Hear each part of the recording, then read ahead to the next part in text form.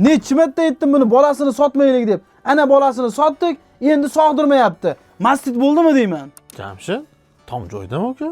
Qanaqasiga bolasini sotgandan keyin mol mastit bo'lishi mumkin? Qayerdan kelgan bu faraz?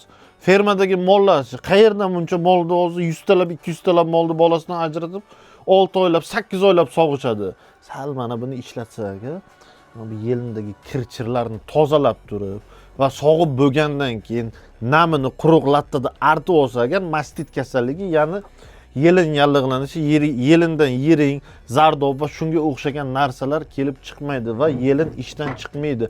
Agarda ishdan chiqarib bo'lgan bo'lsangiz agar o'sha, buni yechimi juda oson, sizga doktor ham kerak emas bunga. Buning uchun yelinni bo'shatib sog'ib tashlaysiz.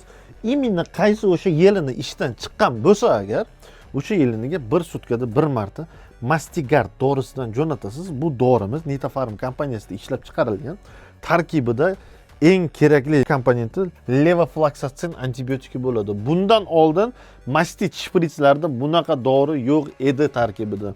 Bu hozir birinchilardan bo'lib ishlab chiqarilgan hisoblanadi va bir sutkada bir marta, общий 3 marta 3 kun ketma-ket yelindan jo'natadigan bo'lsak, yiringli, zardobli, qonli va hattoki og'ir mastitlarni ham tuzatishga qodir dori vositasi hisoblanadi. Nomini adashtirmanglar. Bu dorini, mana bunaqa shpritslarni bozorda har xil analoglari bor.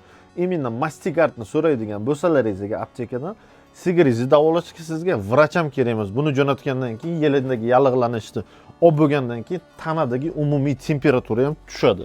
Ushbu videoni xuddi mana shunaqa sigiri bor tanishlaringizga va Jamshidbek ukamga o'xshagan havliqib yuradigan tanishlaringizga Jo'natib qo'yishni unutmang va videoga like bosish esdan chiqmasin. Kanalimizga обязательно obuna bo'lib qo'ying.